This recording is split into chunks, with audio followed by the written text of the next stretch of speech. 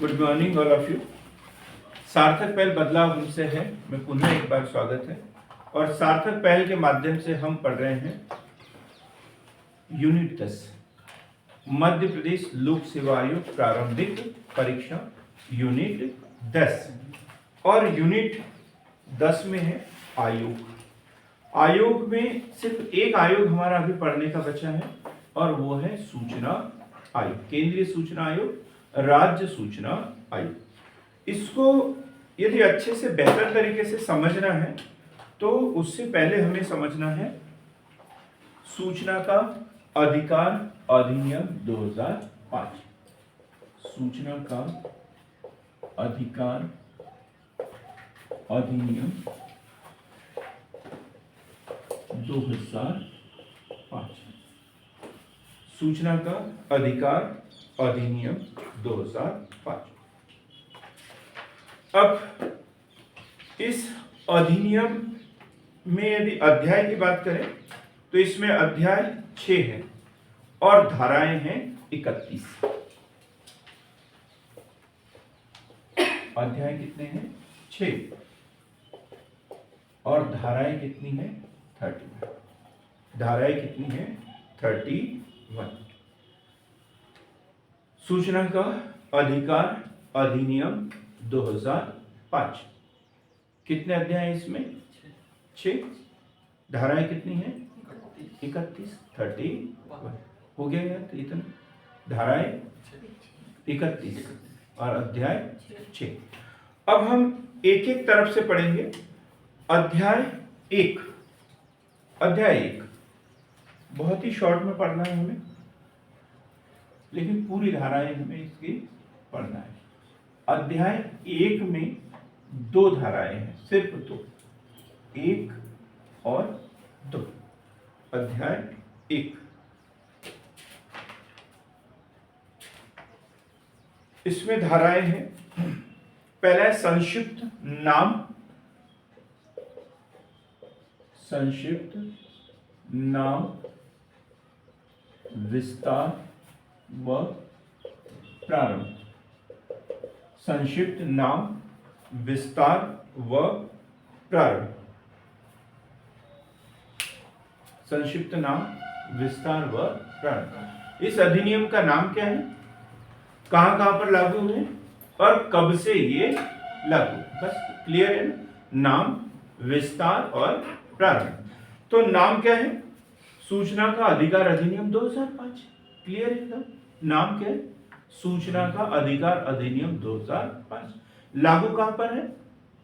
संपूर्ण भारत पर। जम्मू कश्मीर छूटा नहीं, संपूर्ण भारत, संपूर्ण भारत लागू है, संपूर्ण भारत पर।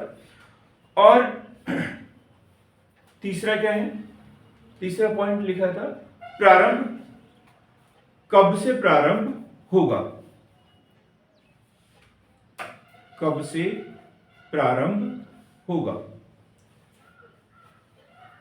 अब धारा 3 की धारा 4 में स्पष्ट दिया हुआ है कब से प्रारंभ होगा। हम इसे डिटेल में पढ़ेंगे, अभी यहां पर छोड़ देंगे थोड़ा सा, क्योंकि ये कुछ शर्तें इसमें दी हुई हैं कि अलग अलग धाराएं अलग अलग दिन से इसमें लागू होगी। ठीक, तो यहां पर छोड़ देंगे।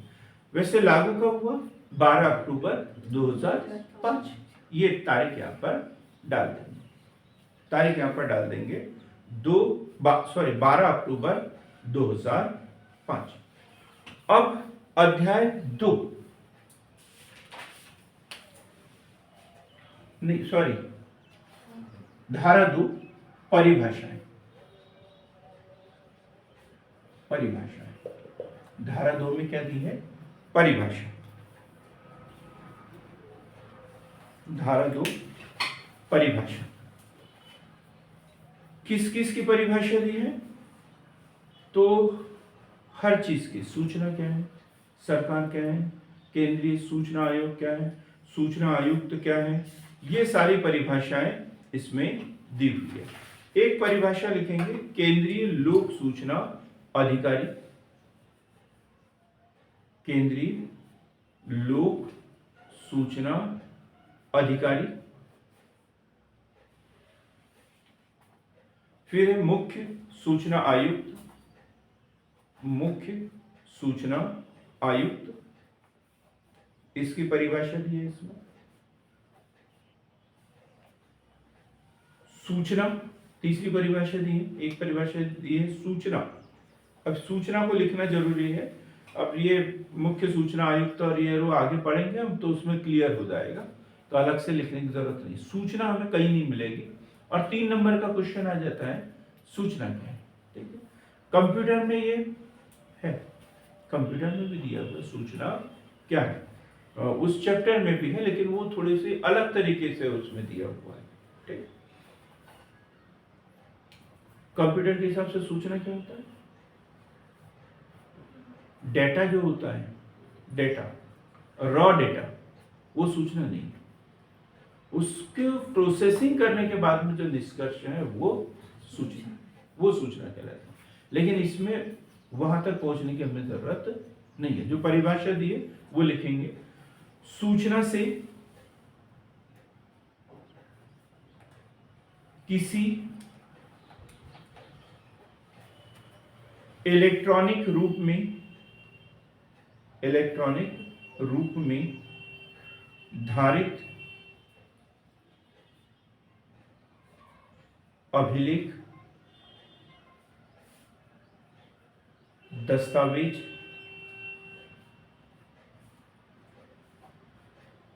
ज्ञापन, ईमेल, मत, सलाह,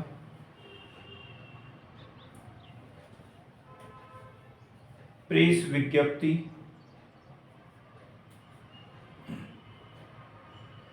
परिपत्र, आदेश,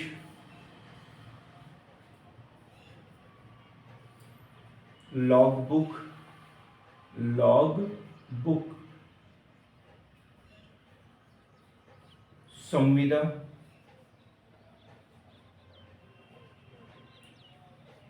रिपोर्ट,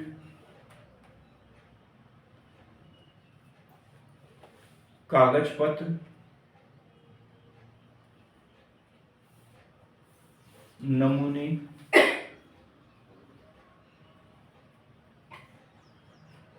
मॉडल,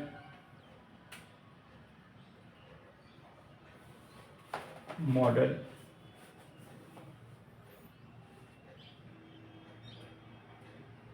किसी प्राइवेट निकाय से संबंधित ऐसी सूचना,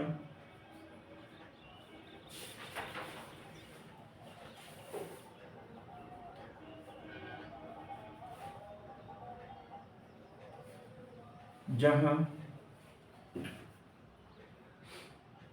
विधि के अधीन, विधि के अधीन लोक प्राधिकारी की पहुंच हो सकती है,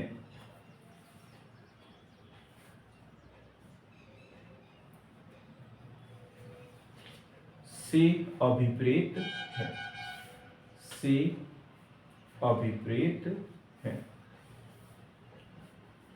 अब देखो इसमें 2-3 शब्द थोड़े से कठिन आए हैं, उसको पढ़ने की जरूरत नहीं थी, फिर भी पढ़ लेते हैं।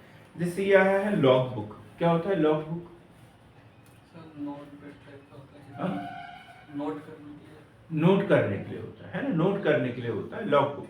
जैसे किसी 15 दिन के लिए कोई काम दिया है तो प्रत्येक दिन की कार्यवाही कितने बजे से कितने बजे तक क्या क्या हुआ, ये लॉग बुक होगा। जैसे किसी की गाड़ी हायर की है हमने, है ना, तो वो कितने दिन कितने घंटे चली, कितने कितने का डीजल चला, कितने किलोमीटर चली, तो ये क्या हो गया उसका लॉग बुक हो गया, लॉग बुक हो गया।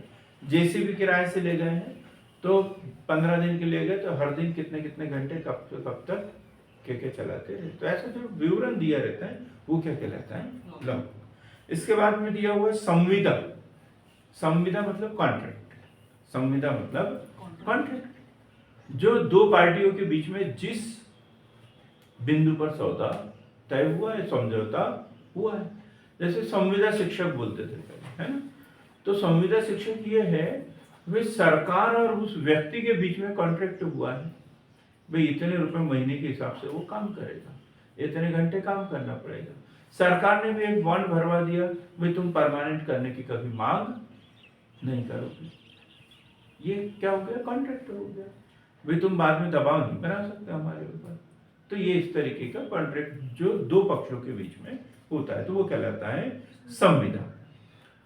अब इसमें क्या दिया, प्राइवेट निकाय से ऐसी सूचना जो विधि के अधीन किसी लोक प्राधिकारी की पहुंच हो सकते हैं। लोक प्राधिकारी का मतलब सरकारी अधिकारी जो जनता के प्रति उत्तरदायी है, लोक प्राधिकारी, है ना। बिल्कुल सही, बात एकदम क्लियर हो गई ना।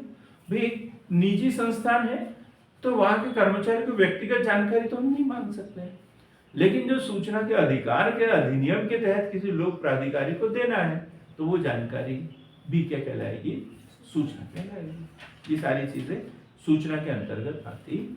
क्लियर हो गया। एक परिभाषा दी है लोक प्राधिकारी। लोक प्राधिकारी यही आगे था ना, लोक प्राधिकारी। तो अब बताओ लोक प्राधिकारी क्या है, इसकी भी परिभाषा दी है, एक एक शब्द की परिभाषा दी है इसमें पूरी। आप बता सकते हैं कि हेमलत लोक प्राधिकारी क्या होता है?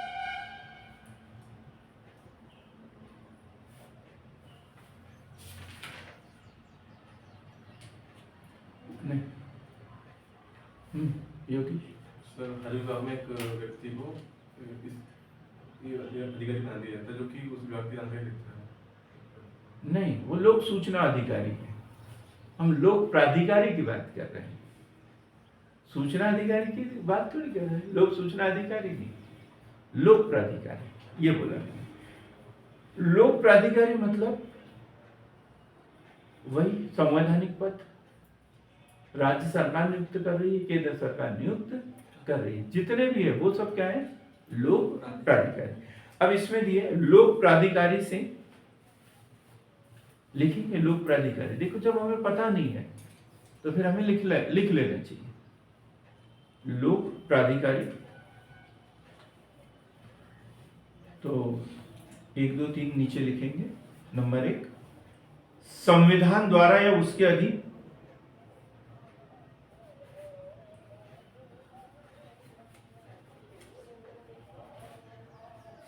दूसरा, संसद द्वारा बनाई गई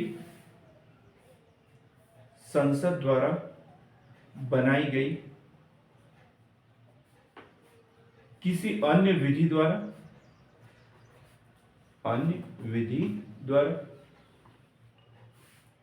संसद द्वारा बनाई गई किसी अन्य विधि द्वारा।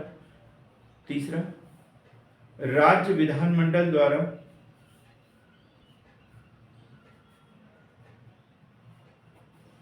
बनाई गई किसी अन्य विधि द्वारा। अभी लिखने में कठिन लग रहा होगा, बाद में जब फाइनल होगा तो बड़ा सरल लगेगा कि ये तो हमें पता था लोक प्राधिकारी क्या है। तीसरा, चौथा, समुचित सरकार द्वारा जारी की गई अधिसूचना या किए गए आदेश द्वारा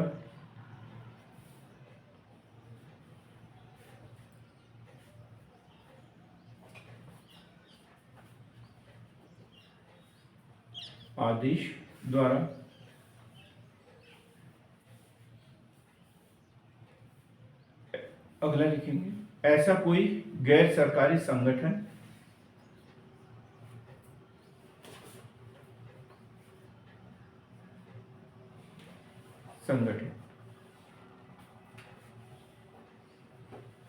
ठीक, ये सब लोक प्राधिकारी कहलाता है। लोक प्राधिकारी। देखो संसद द्वारा या उसके अधीन कोई अधिसूचना जारी हुई कोई नियुक्तियों के बारे में, ठीक है। फिर राज्य विधानमंडल द्वारा बनाई गई किसी विधि द्वारा, जैसे रोजगार गारंटी अधिनियम बन गया, रोजगार गारंटी अधिनियम। तो इसके तहत जितने भी अधिकारी वगैरह काम कर रहे हैं वो सब क्या है, लोक प्राधिकारी। सब जैसे सबसे पहले संविधान द्वारा या उसके अधीन, जैसे निर्वाचन आयोग, निर्वाचन आयोग, तो वो क्या है, लोक प्राधिकारी। उससे जितने भी अधिकारी है वो सब क्या है, लोक प्राधिकारी है। संसद द्वारा बनाई गई विधि के अधीन, जैसे ये सूचना का अधिकार अधिनियम, ये विधि बनाई है, या अपन ने सतर्कता आयोग अधिनियम पढ़ा, वो है, तो उसके अधीन जिन अधिकारियों की नियुक्ति की जाती है वो सब क्या है, लोक प्राधिकारी। राज्य विधानमंडल द्वारा बनाई गई कोई विधि द्वारा यदि अधिसूचना जारी करके नियुक्ति की जाती है तो वो भी क्या है, लोक प्राधिकारी। अब समुचित सरकार द्वारा जारी की गई अधिसूचना या आदेश द्वारा कोई एनजीओ वगैरह बन रहे हैं तो वो भी क्या है, लोक अधिकारी। अब यहां पर क्वेश्चन कैसे बनेगा, क्वेश्चन कैसे बनेगा, निम्नलिखित में से कौन लोक अधिकारी है या कौन नहीं है। अब उसमें दिया रहेगा एनजीओ, तो हमें क्या लगेगा, ये तो नहीं है। लेकिन देखो क्या दिया है, समुचित सरकार द्वारा जारी की गई अधिसूचना के आधार पर, तो फिर वो भी क्या होगा, लोक प्राधिकारी कहलाएगा, ठीक है। लेकिन निजी कोई व्यक्तिगत रूप से काम कर रहा है एक यूनिट के रूप में, तो वो कहलाएगा क्या, नहीं, वो नहीं कहलाएगा। अब इसको इसमें से छांटना पड़ेगा अपने को, ऑप्शन देखते हुए। ऐसे सरल सरल क्वेश्चन बनते हैं इसके, और बड़े कठिन हो जाते हैं हम लोगों के लिए। सबके उत्तर एकदम सही लगते हैं या सबके उत्तर लगभग लगभग एक जैसे ही लगते हैं कि ये होगा तो सब होंगे, ये नहीं होगा तो कोई नहीं होगा। अब किसको अंदर करे किसको बाहर करे, बड़ी दिक्कत हो जाती है। तो इसलिए उनको स्पष्ट परिभाषित कर दिया गया है कि कौन होगा कौन नहीं होगा। क्लियर एकदम ये। तो लोक प्राधिकारी। एक शब्द है इसमें विहित। विहित क्या मतलब होगा, विहित का, ये मेंस के लिए क्वेश्चन होगा, प्री के लिए नहीं। विहित सूचित किया नहीं, सूचित किया जाता है नहीं होगा। विहित का मतलब होता है जो है, जो है, जो इसमें परिभाषित किया हुआ है या इसकी किसी कंडिका में शामिल है, वो विहित। नहीं है तो फिर नहीं है, बोलेगा ये हमारे अधिकार क्षेत्र में नहीं है, सीधी सी बात हो गई। विहित को भी लिखेंगे। विहित से यथास्थिति, यथास्थिति, समुचित सरकार, समुचित सरकार या सक्षम प्राधिकारी द्वारा इस सक्षम प्राधिकारी द्वारा इस अधिनियम के अधीन, इस अधिनियम के अधीन बनाए गए नियमों,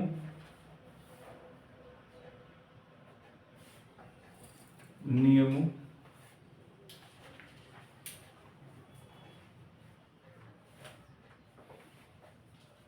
नियमों द्वारा विहित अभिप्रेत है, विहित अभिप्रेत है। क्लियर हो गया। तो वो उसमें स्पष्ट दिया हुआ रहेगा कि इस अधिनियम के तहत ये बातें लिखी हुई है, तो ये इसमें विहित है, ठीक। जैसे उसमें परिभाषित कर दिया कौन सी सूचना है, सूचना क्या है, तो बोलेंगे इस अधिनियम की धारा जो भी आएगी सूचना की वो अधिसूचना है ना।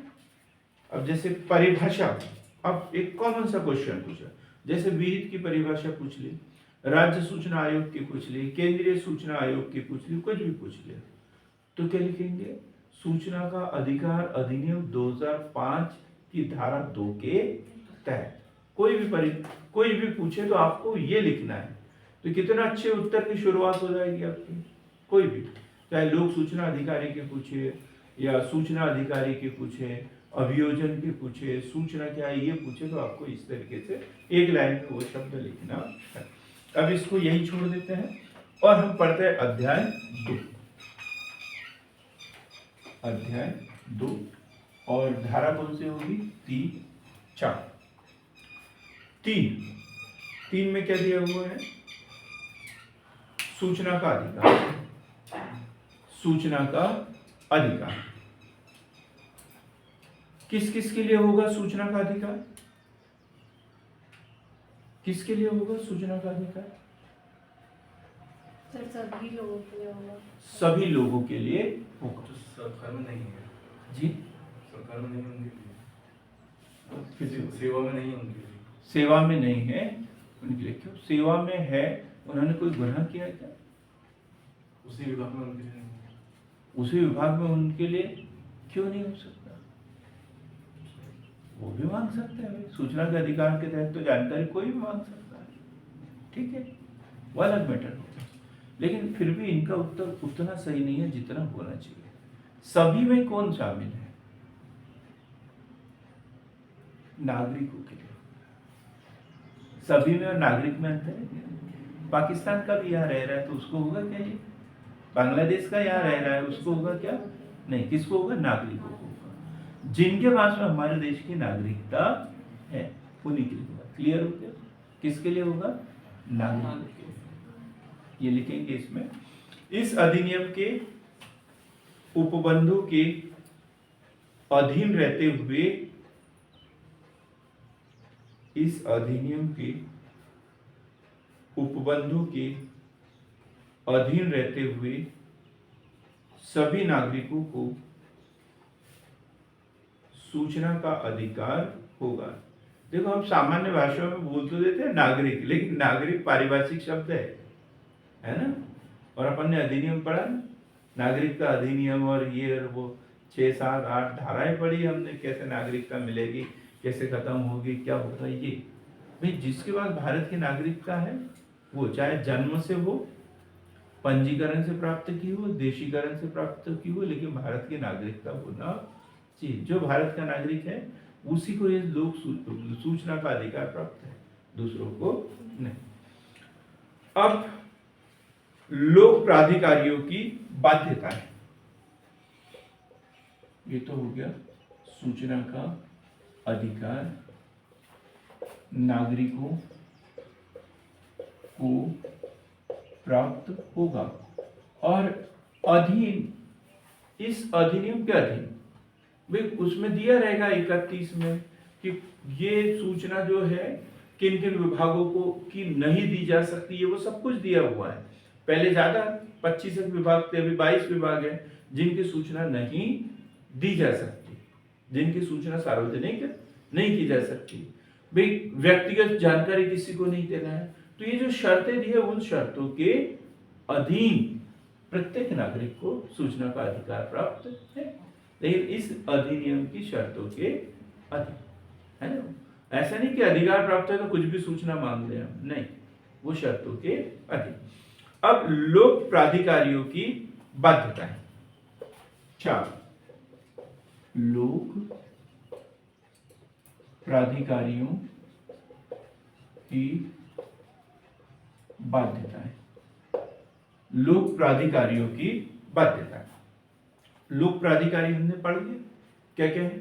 संविधान के अधीन, संसद द्वारा विधि बनाकर जो किया है, राज्य द्वारा विधि बनाकर, किसी सम्यक सरकार द्वारा जो है किसी एनजीओ के माध्यम से, ये सब पढ़ा ना उसमें अपन। जो भी अधिकारी नियुक्त है वो सब लोक प्राधिकारी है। अब क्या दिया है इसमें? प्रत्येक लोक प्राधिकारी की बाध्यताएं।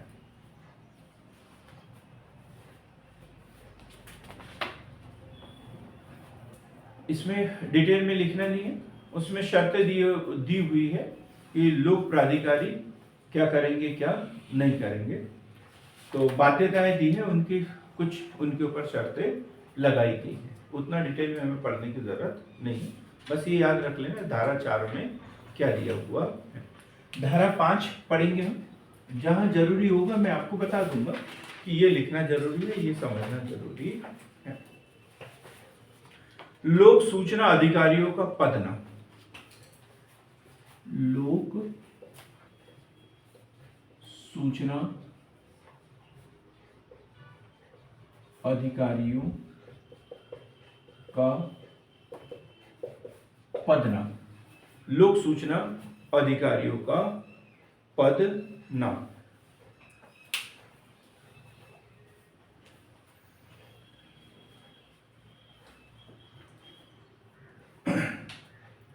लोक सूचना अधिकारियों का पदनाम। देखो पहले क्या पढ़ा अपन ने, लोक प्राधिकार, ये पढ़ा। अब क्या बोला कि प्रत्येक विभाग जैसे ये अधिनियम लागू होता है, इसमें दिया हुआ है जैसे ये अधिनियम लागू होगा 100 दिवस के भीतर, 100 दिवस के भीतर, जैसे 24 अक्टूबर 2005 को लागू हुआ, तो उसके 100 दिवस के भीतर जितने भी प्रशासनिक एकक कार्यालय है, मतलब सिंगल यूनिट है, या चैन सिस्टम से जुड़े हुए हैं, जैसे कलेक्ट्रेट, फिर एसडीएम कार्यालय, फिर तहसील कार्यालय, वो सब का बता रहा हूँ, चाहे एकक हो या फिर ऐसे श्रृंखलाबद्ध हो। तो किसी भी प्रशासनिक एकक हो या उसके अधीन कार्यालय में यथास्थिति केंद्रीय लोक सूचना अधिकारी या राज्य लोक सूचना अधिकारियों के रूप में नियुक्त किया जाएगा। तो दो प्रकार के प्राधिकारी होंगे, कौन कौन से, केंद्रीय लोक सूचना अधिकारी, राज्य लोक सूचना अधिकारी। तो ये प्रत्येक विभाग में, प्रत्येक ऑफिस में एक एक व्यक्ति को, एक एक अधिकारी को इस पद पर नियुक्त करना है। क्लियर हो जाएगा? केंद्रीय लोक सूचना अधिकारी, राज्य लोक सूचना अधिकारी, ये नाम होंगे इनके। अब जो भी इसमें सूचना देने के लिए काम करेगा तो उसका नाम क्या होगा, लोक सूचना अधिकारी। लेकिन केंद्र सरकार का है तो केंद्रीय, और राज्य सरकार के का विभाग है तो फिर राज्य। ठीक, आगे लिखेंगे, सूचना अभिप्राप्त करने के लिए अनुरोध। सूचना प्राप्त करने के लिए अनुरोध। कौन सूचना प्राप्त करेंगे, कैसे सूचना प्राप्त करेंगे?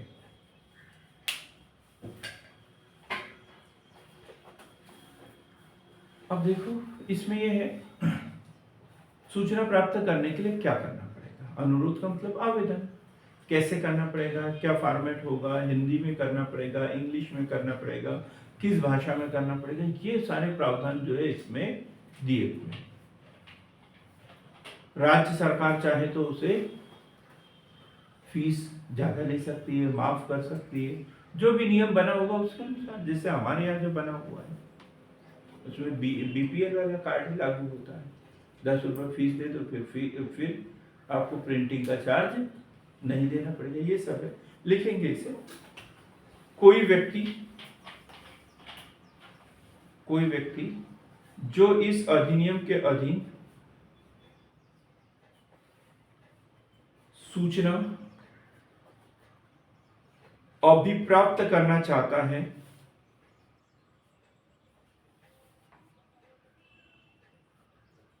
अभिप्राप्त करना चाहता है, लिखित में या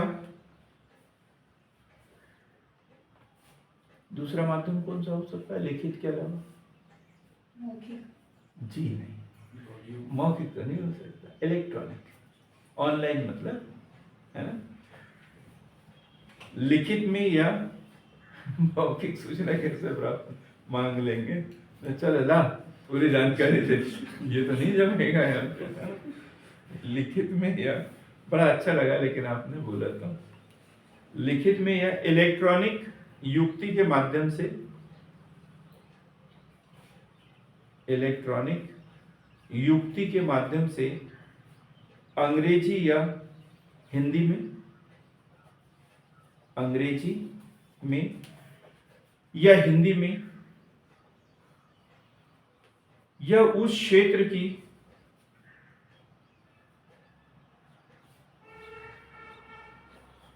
राजभाषा में आवेदन किया जा सकता है, किया जा सकता है। क्लियर है एकदम? यहां तक क्लियर होगी बात? देखो, या तो लिखित में कर सकते हो, कागज पेन लेके लिख के देते आवेदन, या फिर ऑनलाइन इलेक्ट्रॉनिक माध्यम से भी आवेदन कर सकते हैं। दोनों चीज होगी। पोस्ट से भी भेज देते हैं लोग, जाते नहीं है सूचना मांगने के लिए। जैसे यहाँ से भीमपुर की कोई सूचना मांगना हो तो बीपीएल का कार्ड कराएंगे पहले, वैसे तो मांगते नहीं है, और फिर पोस्ट से भेज देंगे, पोस्ट से भेज देंगे, क्योंकि 70 रुपये जाने का किराया, 70 रुपये आने का किराया, और एक दिन भी टूट जाएगा, 2.5 घंटे जाने के लगेंगे, 2.5 घंटे आने के लगेंगे, तो इतना काम तो है ही नहीं हमारे पास। तो इसलिए एक आवेदन दे देंगे, 10 रुपये का खर्च करेंगे और पोस्ट से भेज देंगे, ठीक। तो ऐसे भी लोग कर सकते हैं। भाषा का भी बता दिया, हिंदी में भी कर सकते हैं, इंग्लिश में भी कर सकते हैं, या वहाँ राज्य की जो स्थानीय लोक भाषा है या राजभाषा है उस भाषा में भी कर सकते हैं। फीस वही होगी जो निर्धारित कर दी जाए, ठीक। आगे लिखेंगे 7, धारा 7, अनुरोध का निपटारा। धारा 7, अनुरोध का निपटारा। वे सूचना मांगी है तो कितने दिन में देना है, कितने दिन में देना है।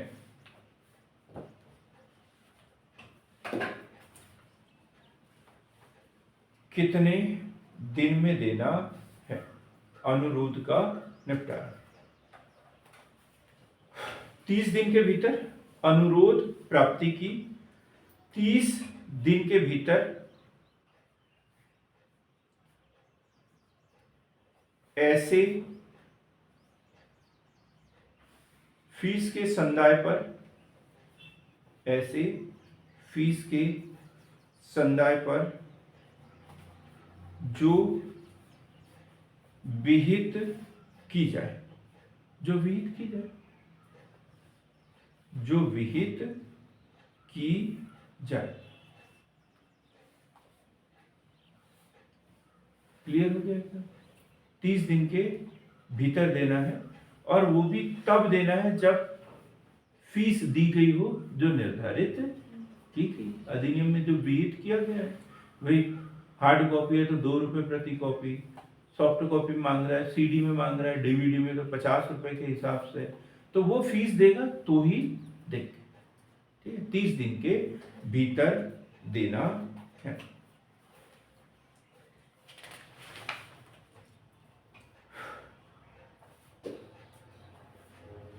सूचना के, अगला पॉइंट, सूचना के प्रकट किए जाने पर छूट। प्रकट किए जाने पर छूट।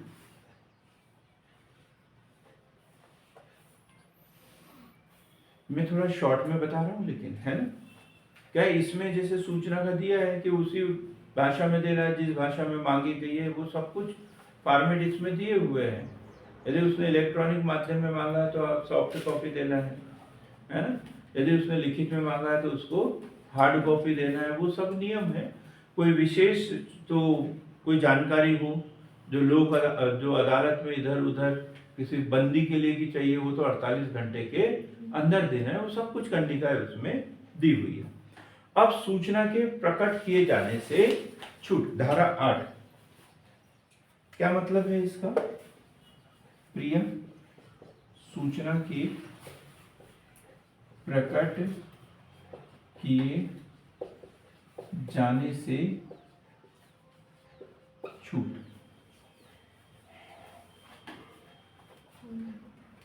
हाँ,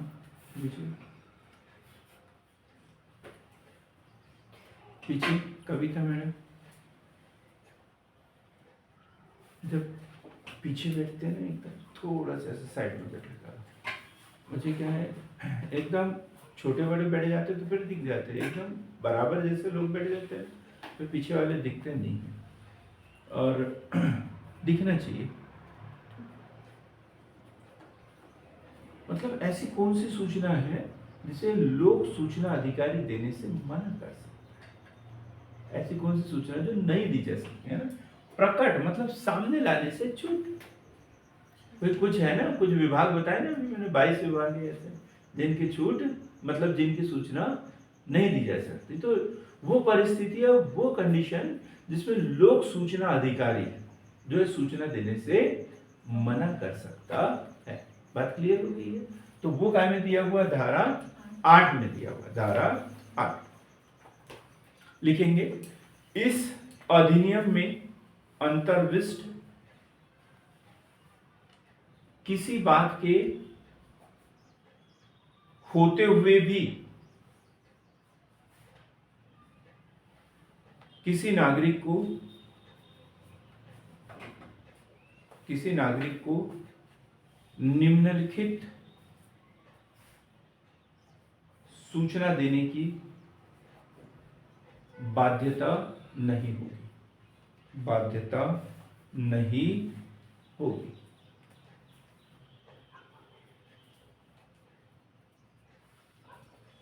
तो नंबर 1, भारत की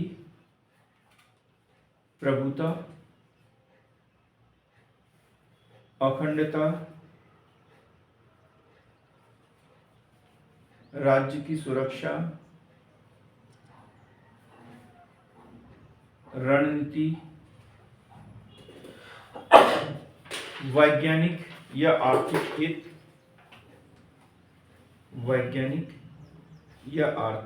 हित,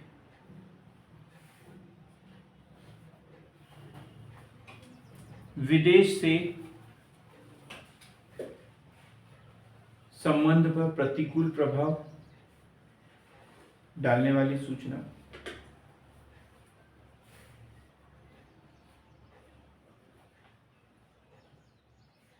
या किसी अपराध को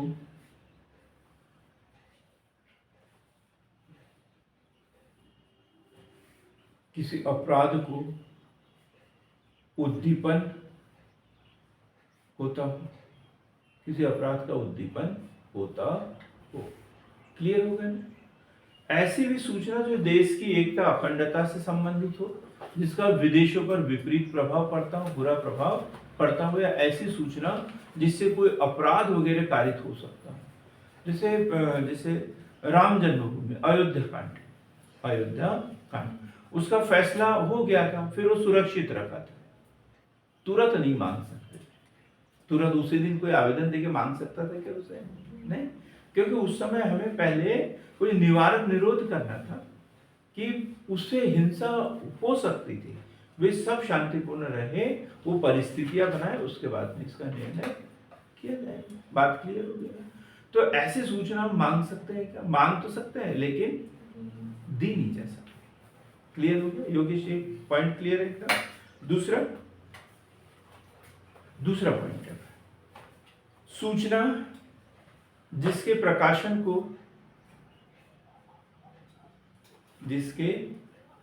को किसी न्यायालय या प्राधिकरण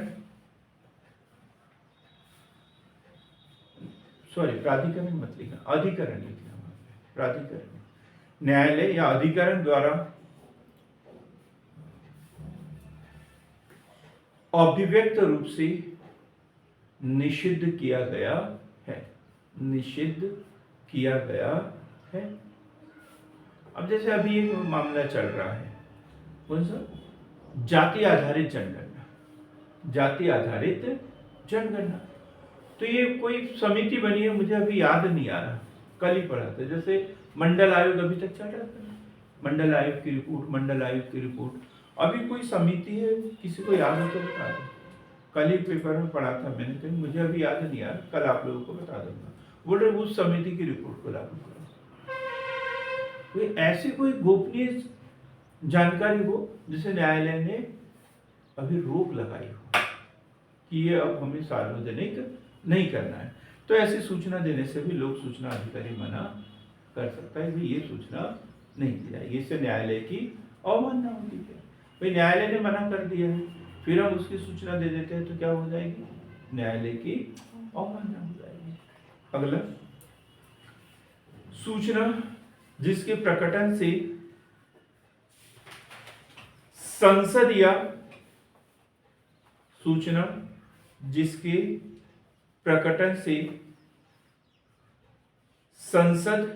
या किसी राज्य की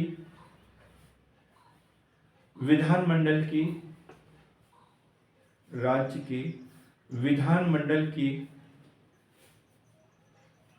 विशेषाधिकार का भंग कारित होगा। अपन ने पढ़ा ना, विशेषाधिकार संसद सदस्य के सामूहिक रूप से विशेषाधिकार, व्यक्तिगत रूप से विशेषाधिकार है। वे संसद का सत्र चल रहा तो उसके 40 दिन पहले से लेकर 40 दिन बाद तक, तो ऐसी कोई बात हो तो वो भी उसके तहत भी सूचना नहीं मानी जा सकती। अगला लिखेंगे, सूचना जिसमें वाणिज्यिक विश्वास, व्यापार गोपनीयता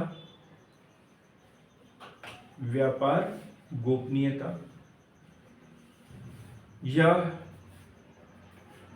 बौद्धिक संपदा सम्मिलित है। इंटेलेक्चुअल प्रॉपर्टी, बौद्धिक संपदा सम्मिलित है। अब देखो, बौद्धिक संपदा, कोई किसी को जियो टैग वगैरह में इंडस्ट्रियल टैग या इस तरीके का कोई मिल गया है ना, अब वो उसकी टेक्निक है, उसके ऊपर उसने अपना अधिकार सुरक्षित करके रखा है, वो उसे सार्वजनिक नहीं करवा सकता क्योंकि उसको तो टैग मिल गया। क्लियर है ना? ऐसे कोई बात हो, अब कोई विशेष टेक्निक हो, कोई फार्मूला हो जिसके आधार पर वो कोई नई वस्तु का निर्माण कर रहा हो, सरकार से अनुमति ले ली है उसने, बाकायदा सब कुछ बता दिया है, लेकिन ये गोपनीय रहेंगे, फिर उसे कोई सार्वजनिक नहीं कर सकता, नहीं तो सब लोग बनाने लग जाए, तो फिर उसका तो आर्थिक रूप से अहित हो जाएगा जिसने उसका इन्वेंशन किया है, जिसने उसका आविष्कार किया है। ठीक? किसी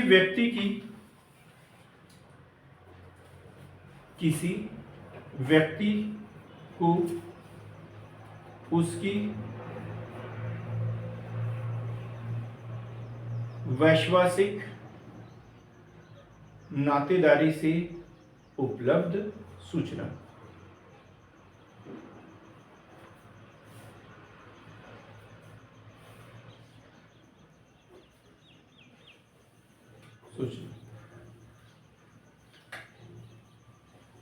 अगला, किसी विदेशी सरकार से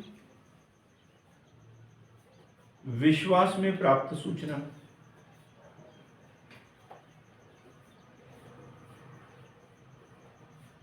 विदेशी सरकार से कोई सूचना तो मिली है, लेकिन हमने किस शर्त पे ली है, इसे सार्वजनिक नहीं किया जाएगा, तो कोई मांग तो फिर उसे दे नहीं सकते। बहुत सारी बातें हैं, लेकिन एक अंतिम लाइन हम लिखेंगे, सूचना जिसमें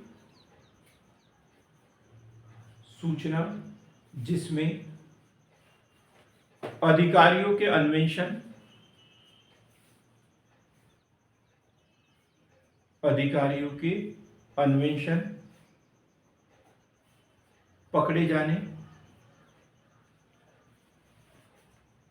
पकड़े जाने या अभियोजन की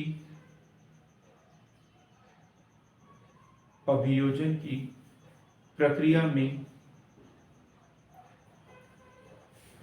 में अड़चन पड़ेगी।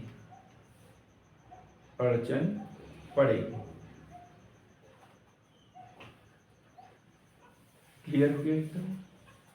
यहां तक क्लियर?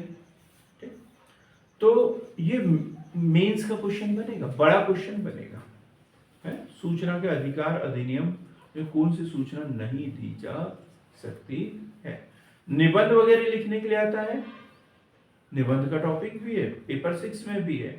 तो देखो, इस तरीके की बातें हम लिखेंगे तो नंबर मिलेंगे, नहीं तो फिर कथा कहानी लिखते रहो, दुनिया भर की बातें लिखते रहो, जो फैक्ट उसमें ना हो तो वो हमारे लिए गलत हो सकता है।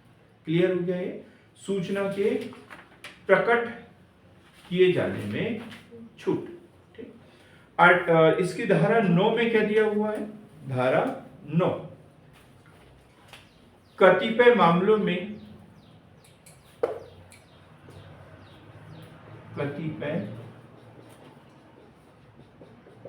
मामलों में कतिपय मामलों में पहुंच के लिए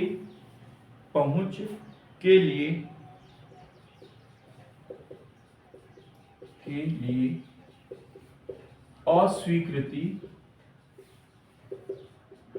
के आधार अस्वीकृति के आधार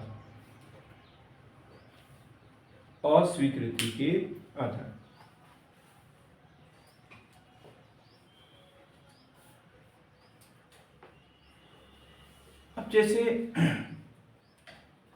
मध्य प्रदेश यहां पे कोई आवेदन कर रहा है, मध्य प्रदेश में आसाम की सूचना मांग रहा है, तो कैसे दे सकते हैं? बात क्लियर हो गई? यही है इसमें। अब इसको दो लाइन में लिखवा देता हूं मैं। धारा 8 के उपबंधों पर प्रतिकूल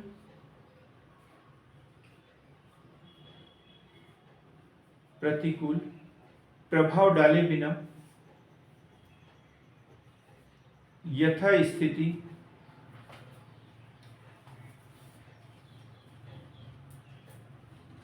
कोई केंद्रीय लोक सूचना अधिकारी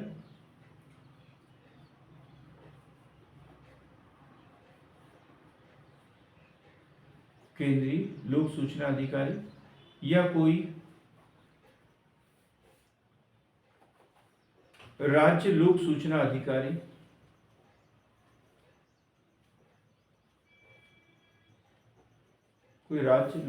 अधिकारी सूचना के किसी अनुरोध को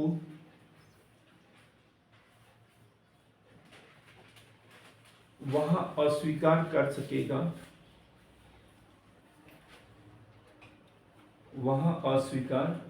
सकेगा जहां पहुंच उपलब्ध कराने के लिए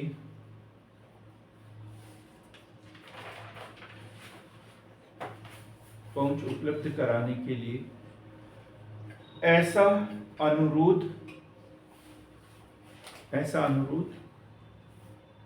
राज्य से भिन्न किसी व्यक्ति के द्वारा। अब मत लिखो ज्यादा, बस इतना ही, सीधी सी बात है भाई। केंद्रीय लोक सूचना अधिकारी या राज्य लोक सूचना अधिकारी भी 8 के अधीन, मतलब 8 में जो पॉइंट दिए हुए उसको छोड़कर भी अन्य सूचना देने के लिए भी मना कर सकता है यदि वो व्यक्ति उस राज्य से भिन्न हो।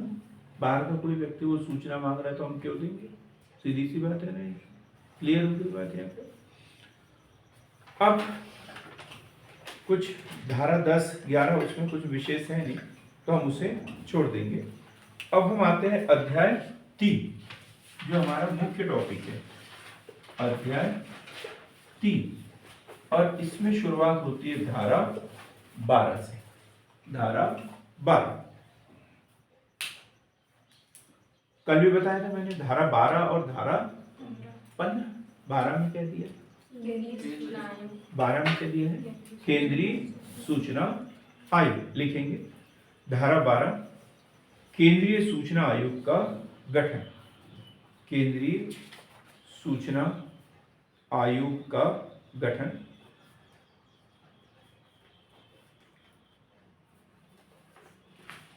कौन करेगा? केंद्र सरकार राजपत्र में अधिसूचना जारी करके, राजपत्र में अधिसूचना जारी कर दी है, कल पढ़ लिया है अपन ने, अधिसूचना जारी करके। किस से मिलकर बनेगा? संरचना भी बताई थी हमने। 1 नंबर पे गठन, संरचना। संरचना में दिया क्या है? मुख्य सूचना आयुक्त और 10 से अनधिक, है ना? लिख लो इसको, है ना? संरचना में एक मुख्य सूचना आयुक्त, एक मुख्य सूचना आयुक्त और दूसरा क्या लिखेंगे, 10 से अनधिक, 10 से अनधिक उतनी संख्या में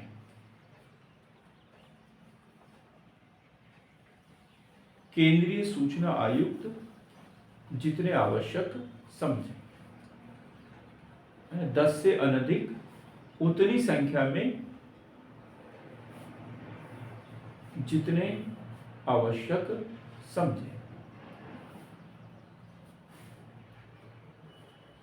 अब अनधिक का मतलब क्या होता है, अधिक नहीं, अधिक नहीं इसका मतलब होता है, जब हम नायब तहसीलदार थे तो हमारे एक साथी अनधिक में 5,000 रुपये लिखा था, 5,000 रुपये से अधिक नहीं, तो उन्होंने सबके ऊपर 5,000 रुपये जुर्माने कर दिए। चाहे तो 1,000 रुपये कर सकते थे, 2,000 भी कर सकते थे, लेकिन समझ में थोड़े सा अंतर हो सकता है, तो ऐसी गड़बड़ी हो जाती है। अनधिक का मतलब अधिक नहीं, अधिकतम इतना हो सकता है, इससे ज्यादा नहीं। 2 हो सकते हैं, 3 हो सकते हैं, 4 हो सकते हैं, 5 हो सकते हैं, 6 हो सकते हैं, 10 तक हो सकते हैं, 11 नहीं हो सकते। क्लियर हो गया? वो भी किसकी इच्छा पर है, मुख्य सूचना आयुक्त के ऊपर निर्भर करता है, वो कितने रखना चाहते हैं। कौन करेगा नियुक्ति? नियुक्ति ये भी पढ़ा था कल अपन ने, नियुक्ति, नियुक्ति कौन करेगा? राष्ट्रपति। समिति की अनुशंसा पर, समिति की अनुशंसा पर। और समिति में कौन कौन होंगे, है ना, 1, 2 और 3 बताया था ये। तो पहले नंबर पे प्रधानमंत्री, जो समिति का अध्यक्ष होगा, प्रधानमंत्री जो समिति का अध्यक्ष होगा। दूसरे नंबर पे कौन? लोकसभा में विपक्ष का नेता, लोकसभा में विपक्ष का नेता। और तीसरे नंबर पे प्रधानमंत्री द्वारा नाम निर्दिष्ट केंद्रीय मंत्रिमंडल का एक मंत्री। गृह मंत्री को जरूरी है क्या इसमें? नहीं। सीवीसी में क्या था? गृह मंत्री था, इसमें नहीं है, ठीक है, कोई भी मंत्री। लेकिन केंद्रीय मंत्रिमंडल का होना चाहिए, किसी भी व्यक्ति को नहीं तो वहां दिक्कत हो जाएगी, है। संसद सदस्य नहीं बोला हमने, संसद का कोई भी सदस्य, वो नहीं बोला। संसद का सदस्य तो जरूरी है, लेकिन क्या होना चाहिए, वो मंत्रिमंडल का सदस्य होना है, मंत्रिमंडल में मंत्री होना चाहिए, ठीक। यहां तक क्लियर हो गया? अब धारा 13, धारा 13 क्या है? पदावधि व सेवा शर्तें, पदावधि व सेवा शर्तें, पदावधि व सेवा शर्तें। तो केंद्र सरकार जो निर्धारित कर, पदावधि ये दिया है, केंद्र सरकार जो निर्धारित कर दे,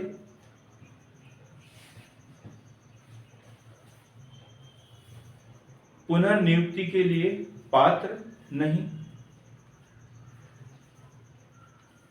पुनः नियुक्ति के लिए पात्र नहीं, पुनः नियुक्ति के लिए पात्र नहीं।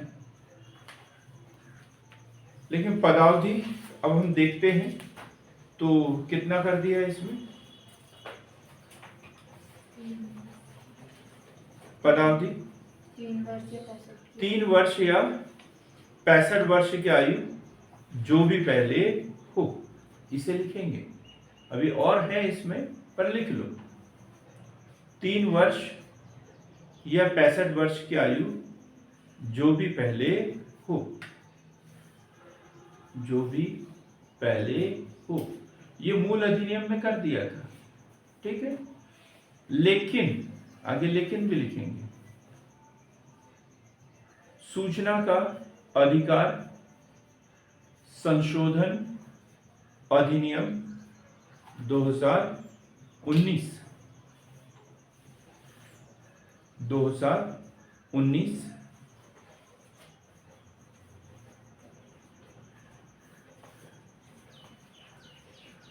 यहां पे कितना कर दिया? 2019 से पहले लिखेंगे, से पहले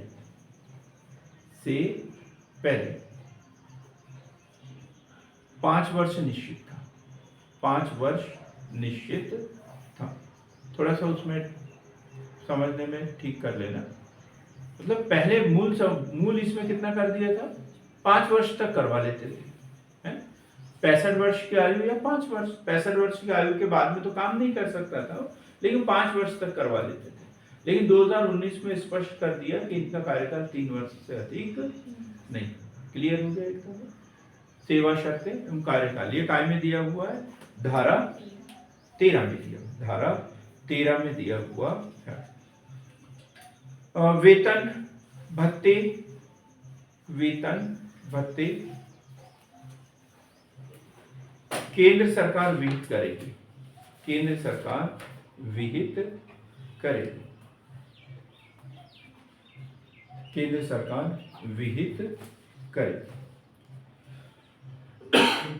अब हम पढ़ेंगे धारा 14, धारा 14 सूचना आयुक्त या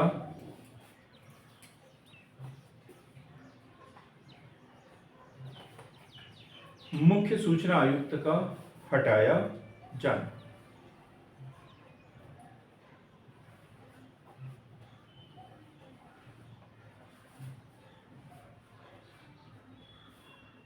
राष्ट्रपति द्वारा, आंसर है इसका, ये तो क्वेश्चन था अभी तक, कैसे हटाएंगे? अब उत्तर क्या है इसका? राष्ट्रपति द्वारा, राष्ट्रपति के आदेश द्वारा साबित कदाचार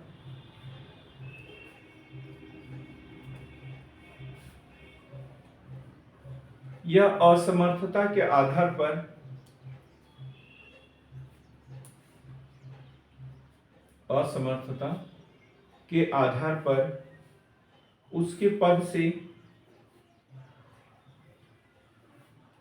तभी हटाया जाएगा,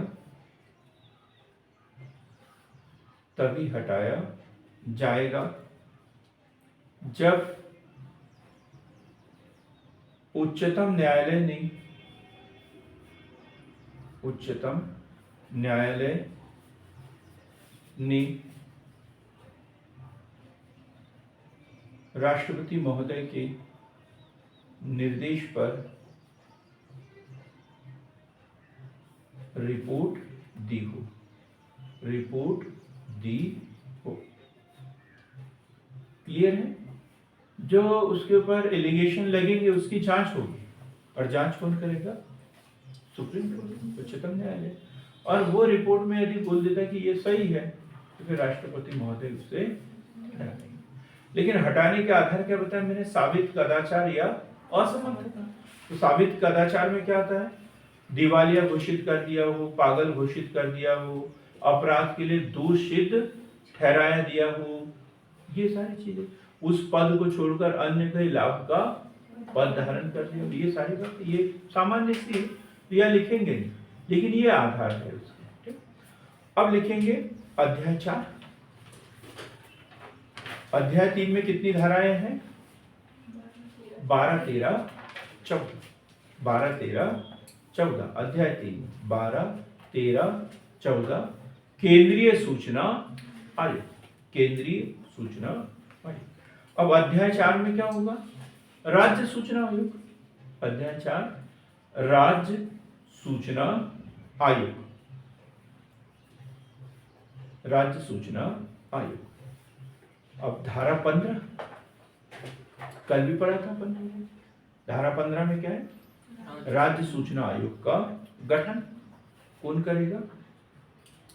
राज्य सरकार।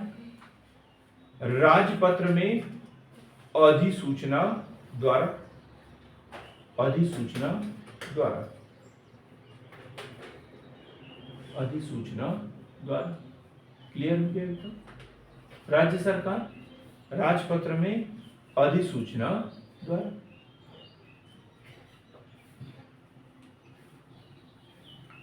अब इसकी संरचना इसी में है, धारा 15 में संरचना सेम वही है जो केंद्र में है।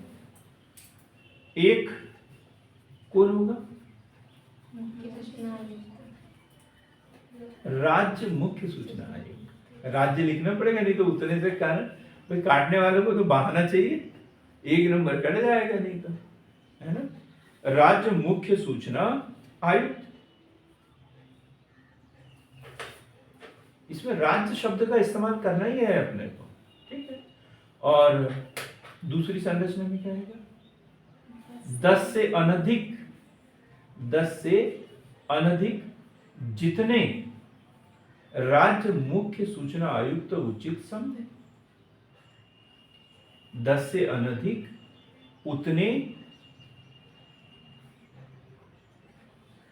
उतनी संख्या में जितने राज्य मुख्य सूचना आयुक्त आवश्यक समझे। या उतने जो राज्य मुख्य सूचना आयुक्त आवश्यक समझे। लेकिन वो 15 आवश्यक समझ रहे हैं तो 15 नियुक्त कर सकते हैं क्या? नहीं, 10 से अधिक नहीं हो सकते हैं। नियुक्ति कौन करेगा इनकी? एक समिति है ना? लिखेंगे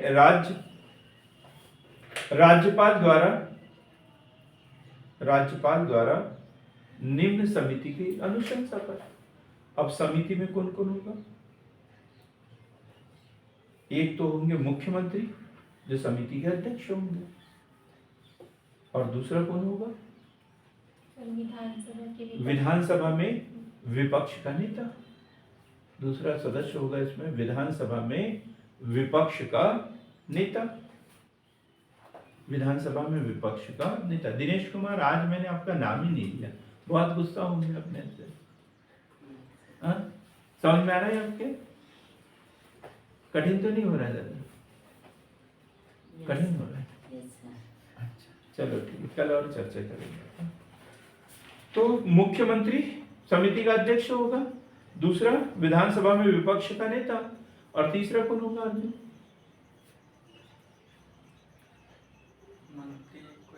हाँ, राज्य विधानमंडल में कोई मंत्री। राज्य विधानमंडल का मंत्री, लेकिन कोई भी मंत्री, मतलब जिसे मुख्यमंत्री नाम निर्देशित कर दे। राज्य विधानमंडल का सदस्य या मंत्री जिसे मुख्यमंत्री नाम निर्देशित कर दे। धारा 15। अब धारा 16 क्या होगा इसमें? पदावधि व सेवा शर्त। पदावधि व सेवा शर्त।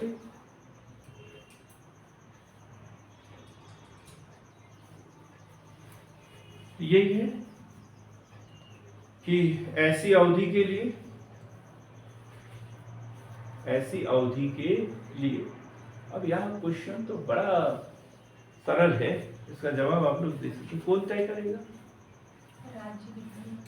राज्य विधानमंडल।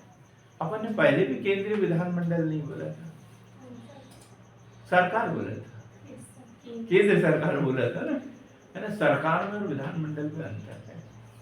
विधानमंडल में तो पक्ष विपक्ष सब शामिल होते हैं, है कि नहीं।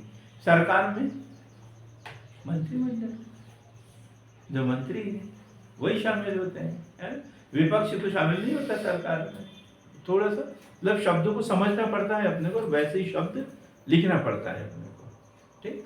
तो यहाँ जैसे आप तो एकदम बाहर का जवाब दे दिया, और कोई जवाब देना चाहे तो आप क्या पूछें? अब तो मैंने काफी क्लियर कर दिया ना, इन्होंने पहले बोला था, अब आप क्या जवाब दोगे? राज्य सरकार। देखो, समझ इसे कहते हैं, लेकिन उत्तर अभी भी गलत है। समझ इसे कहते हैं, इसमें स्पष्ट दिया हुआ कि इसलिए तो हमें अधिनियम पढ़ना पड़ रहा है, तर्क नहीं लगाना है। कुछ चीजें ऐसी है जो तर्क के अलावा हमें पढ़ना ही पड़ता है, पढ़ना ही पड़ता है, जिसे पढ़ना ही पड़ेगा। इसमें दिया है केंद्र सरकार। केंद्र सरकार निहित करती है। भाई सब राज्यों के लिए एक जैसा तभी तो होगा जब केंद्र सरकार निहित करे। यदि राज्य सरकार ही कर दे तो फिर तो कचरा हो जाएगा एकदम, है ना। फिर कचरा हो जाएगा कि नहीं, तो इसलिए केंद्र सरकार लिखा है इसमें। तो लिखेंगे ऐसी अवधि के लिए जो केंद्र सरकार द्वारा विहित की जाए,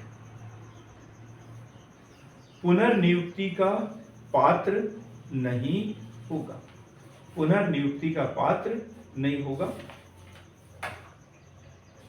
लेकिन वही शर्तें जो बाद में हुई हैं, कब तक के लिए? 65 वर्ष की आयु तक, 5 वर्ष या 65 वर्ष की आयु, 5 वर्ष से अधिक नहीं। पहले जो था, पहले जो जब अधिनियम बना तब है, लेकिन बाद में क्या कर दिया इसे? 3 वर्ष। 19 में जो संशोधन हुआ उसमें कितना कर दिया? 3 वर्ष या 65 वर्ष की आयु, जो भी पहले हो।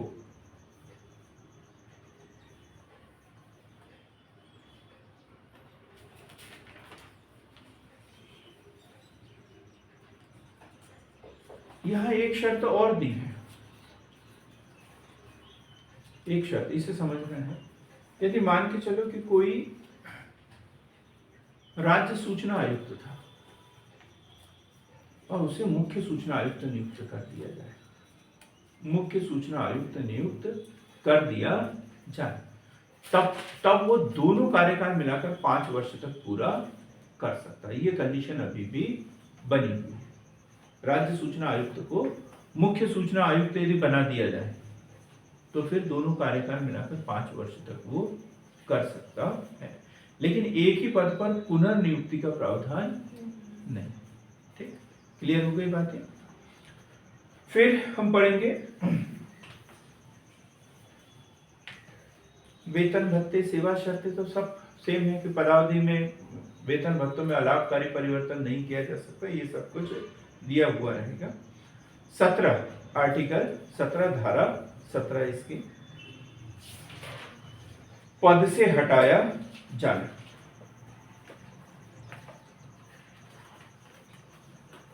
पद से हटाया जाना, पद से हटाया जाना। अब जैसे पिछले इसमें पढ़ा था आपने, राष्ट्रपति पद से हटाया गया उच्चतम न्यायालय की जांच रिपोर्ट के बाद, साबित कदाचार असमर्थता के आधार पर। अब ये सब आधार अपने को पता है। अब यह कौन हटाएगा और किसकी जांच रिपोर्ट के बाद? योगेश जी,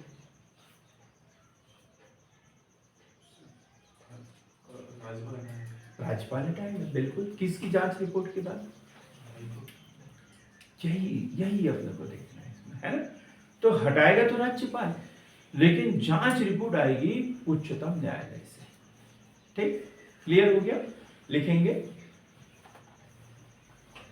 राज्यपाल के आदेश द्वारा, राज्यपाल के आदेश द्वारा साबित कदाचार या असमर्थता के आधार पर, असमर्थता के आधार पर उसके पद से तभी हटाया जाएगा जब उच्चतम न्यायालय ने राज्यपाल महोदय के निर्देश पर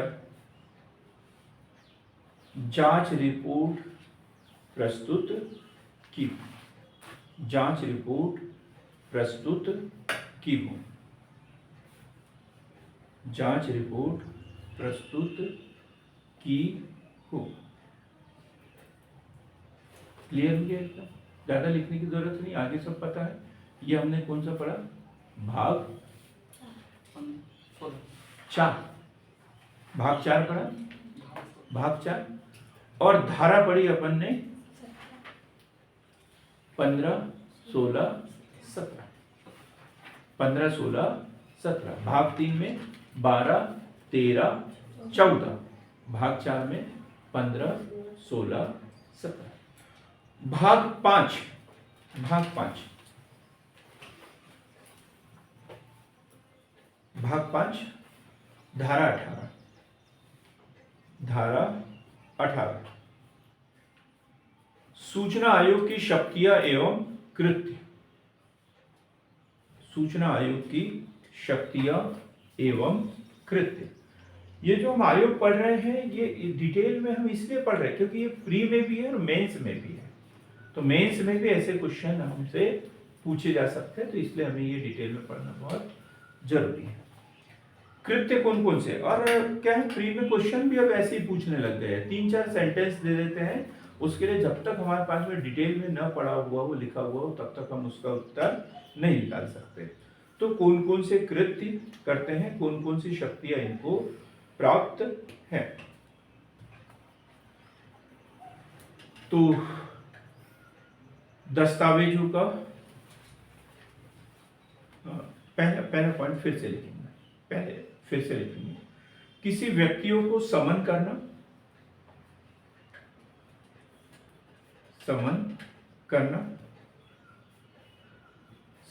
मतलब समन जारी करना, मतलब उपस्थित होने के लिए पत्र जारी कर देना, समन करना। उन्हें उपस्थित कराना, शपथ पर मौखिक या लिखित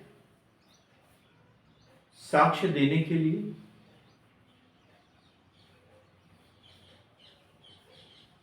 वह दस्तावेज पेश करने के लिए उनको विवश करना। विवश करने का मतलब सीधा सा अर्थ है करना ही है, और नहीं किया तो फिर दंडित कार्यवाही की जा सकती है। ठीक, ये शक्तियां दी है।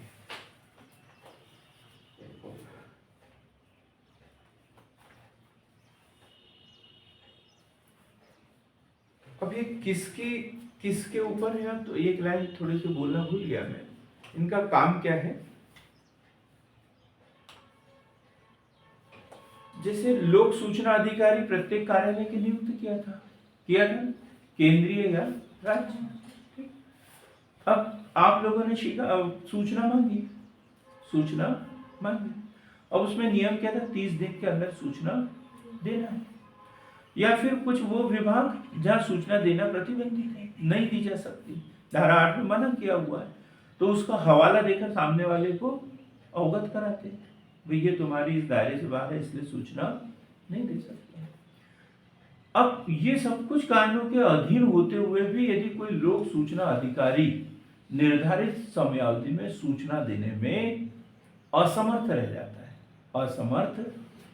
जाता है, तब फिर कोई व्यक्ति शिकायत करेगा। किसकी शिकायत करेगा? लोक सूचना अधिकारी की।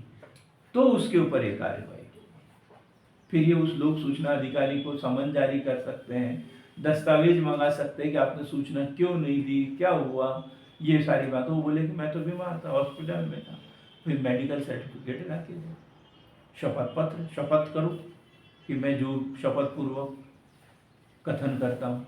ठीक, क्लियर हो गया? ये है, उनके लिए है।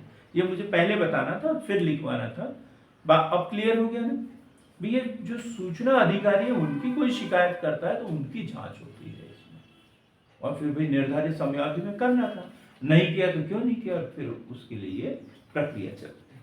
आगे लिखेंगे, दस्तावेजों के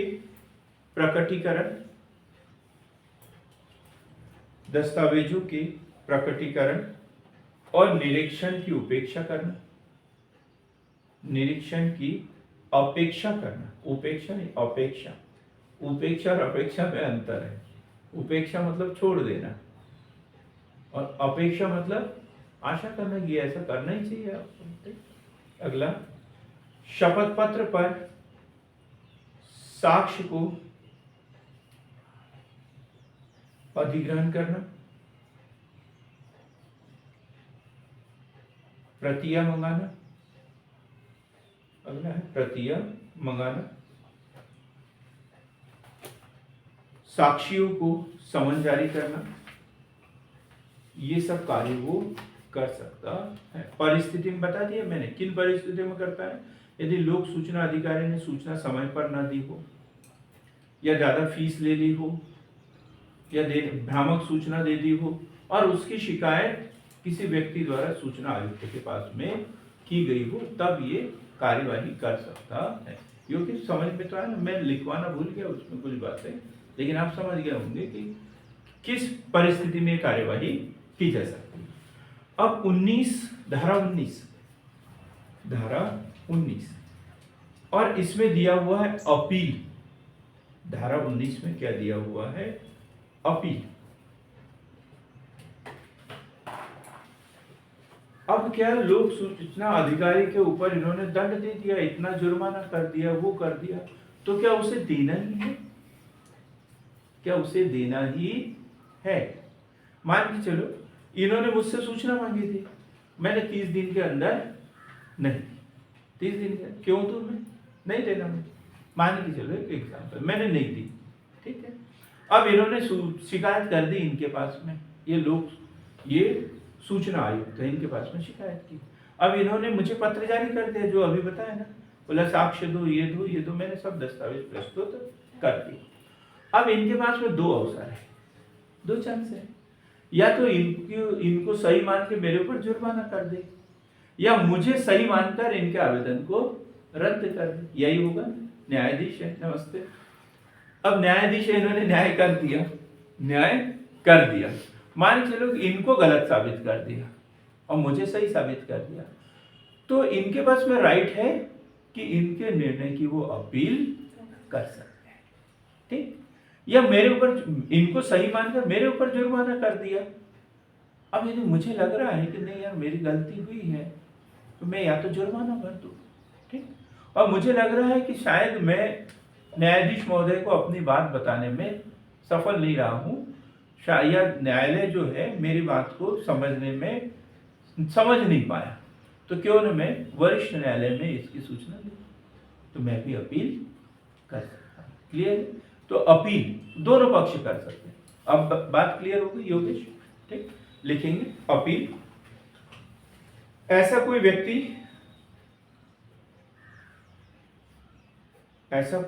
व्यक्ति जिसे धारा 7 की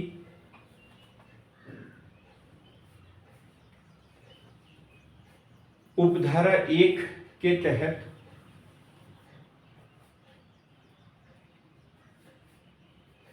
विनिर्दिष्ट समय के भीतर कोई विनिश्चय प्राप्त नहीं हुआ है,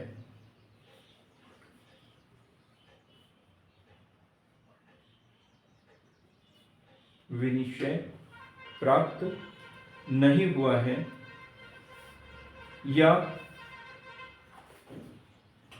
केंद्रीय लोक सूचना अधिकारी या राज्य लोक सूचना अधिकारी के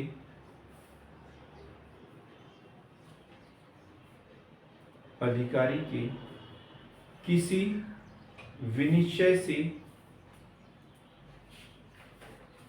व्यथित व्यक्ति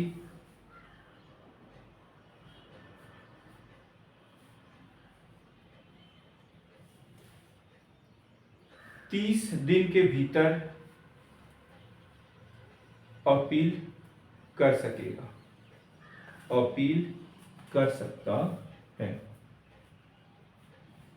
अपील कर सकता है। परंतु ऐसा प्राधिकारी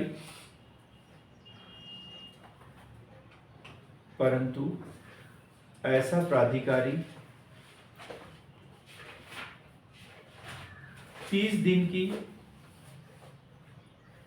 समाप्ति के पश्चात भी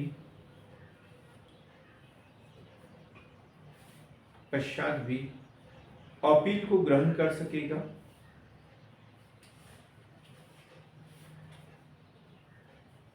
यदि समाधान हो जाए तो क्या समाधान होता है भाई? 30 दिन के अंदर उसने अपील क्यों नहीं की, उसको कारण पता चल जाए कि कोर्ट 4 दिन बंद रहा हो, ये रहा हो, तो फिर 30 दिन के बाद भी अपील को स्वीकार किया जा सकता है। अब जैसे ही मान के चलो कि वो उसको निर्णय मिला, वो घर जा रहा था, रास्ते में एक्सीडेंट हो गया, 2 महीने तक कोमा में रहा, अब क्या वो अपील नहीं करेगा? तो लेकिन ये न्यायालय को समाधान हो जाना चाहिए, कारण पता चल जाना चाहिए और संतुष्ट होना चाहिए कि जो कारण बता रहा है एकदम सही है। ऐसी परिस्थितियां थी कि वो 30 दिन के अंदर यहाँ पर नहीं आ सका। ठीक, अब दूसरी अपील की बात करें हम।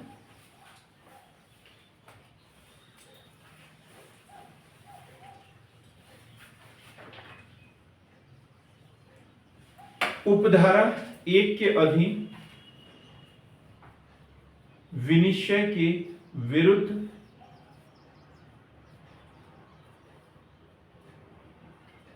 दूसरी अपील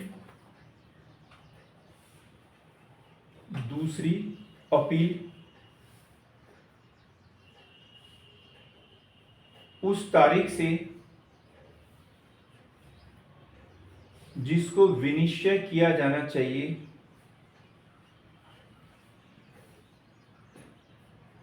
नब्बे दिन के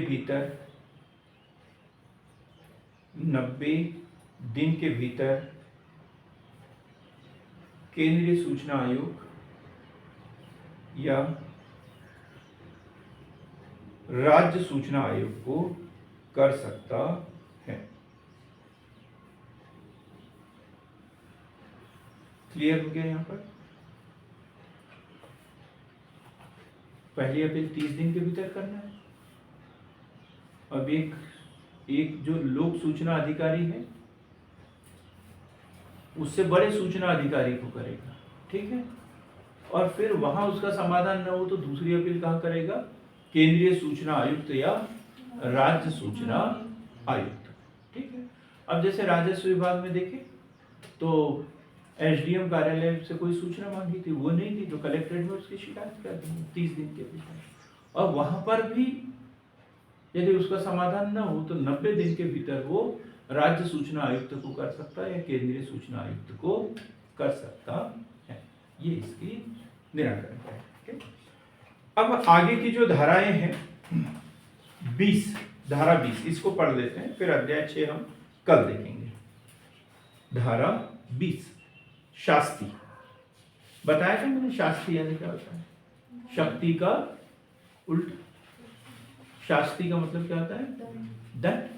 दंड। अब यदि कोई सूचना नहीं भी हो तो क्या दंड दिया जाएगा? क्या दंड दिया जाएगा? तो धारा 20 में क्या दिया हुआ है? शास्ति।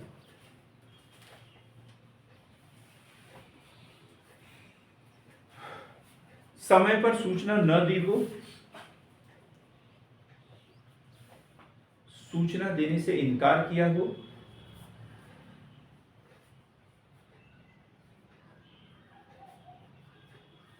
गलत, अपूर्ण या भ्रामक सूचना दी हो,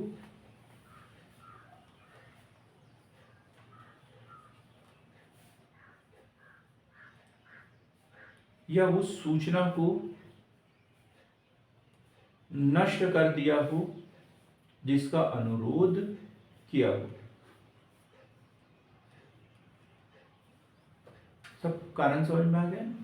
कोई लोक सूचना अधिकारी, उसने सूचना जानबूझकर नहीं दी है, गलत सूचना दे दी है, भ्रामक सूचना दे दी है, ज्यादा पैसे ले लिए हैं, या जो सूचना मांगी गई थी, जैसे वो फिल्मों में देखते हैं ना अपन, लाइब्रेरी में से कोई किताब इशू की थी, है ना, अब वो पता चल सकता था कि ये किसके नाम पर किताब है। खिलाड़ी फिल्म देखी कि नहीं आप लोगों ने? तो रात में जाके लाइब्रेरी में से वो रजिस्टर का एक पन्ना फाड़ लेते हैं, ठीक है। होटल में जाते हैं, वहां रुकते हैं, बोलते होटल के रजिस्टर में तो एंट्री होगी, वहां जाके देखते तो उस दिन के उस एंट्री वाला पन्ना ही गायब होता है।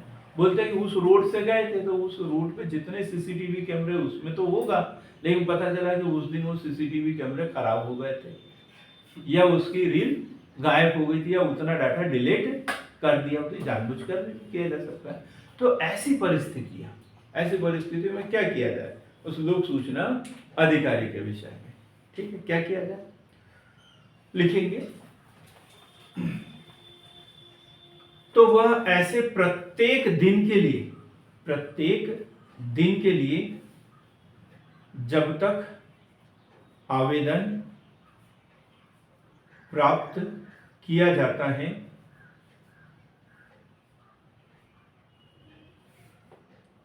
₹250 प्रतिदिन के हिसाब से, ₹250 प्रतिदिन के हिसाब से, लेकिन 25,000 रुपए से अधिक नहीं, 25,000 रुपए से अधिक नहीं। मतलब जितने दिन आप लेट करोगे 250 रुपए के हिसाब से आपको जुर्माना देना पड़ेगा। किसको देना पड़ेगा? उस अधिकारी को, लोक सूचना अधिकारी को। लेकिन 25,000 रुपए तक, उससे ज्यादा जुर्माना नहीं कर सकते, क्योंकि उसको समझ में आ जाएगा तो वो इनकार कर देगा, वास्तव में कारण बता देगा, फिर दूसरा उपाय होगा उसका। क्लियर है यहाँ तक एकदम? शास्त्री। अब अध्याय 6 से जो प्रकीर्ण वगैरह है, हम इसे कल कंप्लीट करेंगे। जो केंद्रीय सूचना आयुक्त वर्तमान में कौन है, क्या है, इससे संबंधित कुछ करंट डाटा पढ़ेंगे। राज्य सूचना आयुक्त पहले कौन थे, वर्तमान में कौन है, ये सब कल हम पढ़ेंगे। तो कल की क्लास भी हमारे लिए महत्वपूर्ण होगी। आज के लिए सार्थक पहले के साथ जुड़ने के लिए, बने रहने के लिए बहुत बहुत धन्यवाद।